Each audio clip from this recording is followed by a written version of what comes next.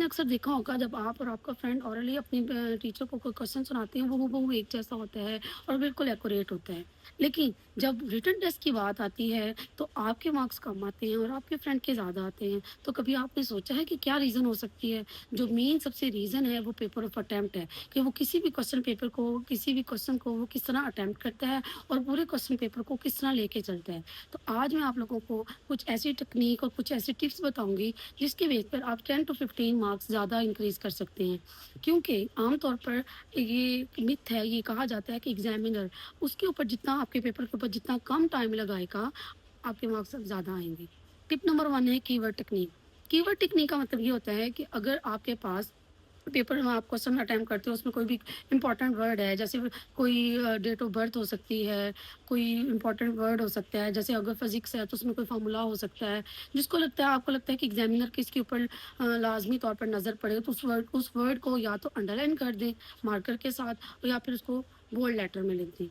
Technique number 2, आपने जो भी कटिंग अगर फॉर एग्जांपल हो गई है आपके पास, तो कटिंग को इस तरह नहीं करनी कि आपने स्क्रैम्बल करना शुरू कर दिया है, गुच्छे-मुच्छे मारना शुरू कर दिया है। तो आपने क्या करना है कि एक स्केल लेना है और उसकी मदद से उसको लाइन सीधी स्ट्रेट लाइन के साथ उसको कट करना है। इससे ये होगा कि आपका जो पेपर का एक्सप्रेशन है, एक पूरा पैटर्न है, वो डिस्टर्ब नहीं होगा। टेक्निक नंबर 3, आपने शॉर्ट फॉर्म को यूज़ नहीं करना। जैसे आमतौर पर बिकॉज़ है तो बीसीज़ेड लिख देते हैं या बिटवीन है बीटीडब्ल्यू लिख देते हैं।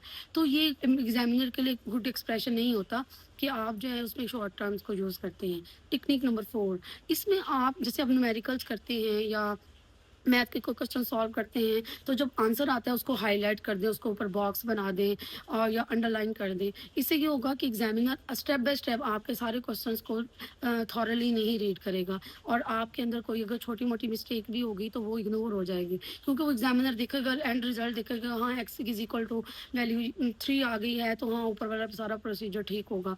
अगर उसमें किसी भी क्वेश्चन में 3 से 4 वैल्यूज़ निकलती हैं, एक्स, वाई, ज़ेड की वैल्यू निकलनी है या प्रॉफिट की, लॉस की, एनीथिंग एल्स कुछ भी हो सकता है, न्यूमेरिकल्स की वैल्यू हो सकती है, एम की, वी की, एक्सेलरेशन की, तो आप उसको हाइलाइट करें, उसको बोल्ड लेटर में लिख दें या उसको बॉक्स बना दें। जिससे ये होगा कि एग्ज़ामिनर को ढूँढने में आसानी होगी और वो आपको जल्दी-जल्दी चेक करेगा और उस पेपर के ऊपर ज़्यादा टाइम नहीं लगाएगा।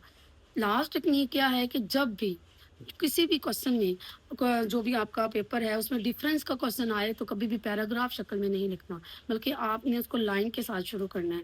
लाइन के साथ कंपैरिजन, दरमियान में एक लाइन डालेंगे और कंपैरिजन नंबर 1 है तो उसी के जो पैरेलल है लाइन होगी उसी से जो डिफरेंस नंबर 1 है वो आप वहाँ पे लिखेंगे।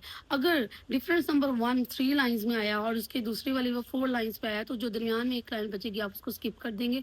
जो डिफरेंस नंबर 2 होगा वो नेक्स्ट लाइन से दोनों पैरेलल तरीके से शुरू करेंगे और सो ऑन ऐसे चलते जाएँगे। फॉर एग्ज़ाम्पल अगर स्पीड और वेलोसिटी में डिफ़रेंस है तो आप उसके दोनों के डेफ़िनेशन लिखेंगे, उनके फ़ॉर्मूलाज़ लिखेंगे, उनके यूनिट लिखेंगे। इस तरह डिस्टेंस और डिस्प्लेसमेंट में फ़र्क आ जाता है, एक्सेलरेशन और वेलोसिटी में फ़र्क आ जाता है तो आप उसमें उसका फ़ॉर्मूला भी डिफ़रेंस में लिख सकते हैं और बहुत सारे फैक्टर्स हैं, आप जब याद करते हैं तो आपको पता होता है। तो जब भी कोई भी डिफ़रेंस वाले 10 से 12 क्वेश्चन होते हैं उसको लाज़मी तौर पर याद करें, उसमें 2 से 3 डिफ़रेंसेस लाज़मी तौर पर आ जाते हैं।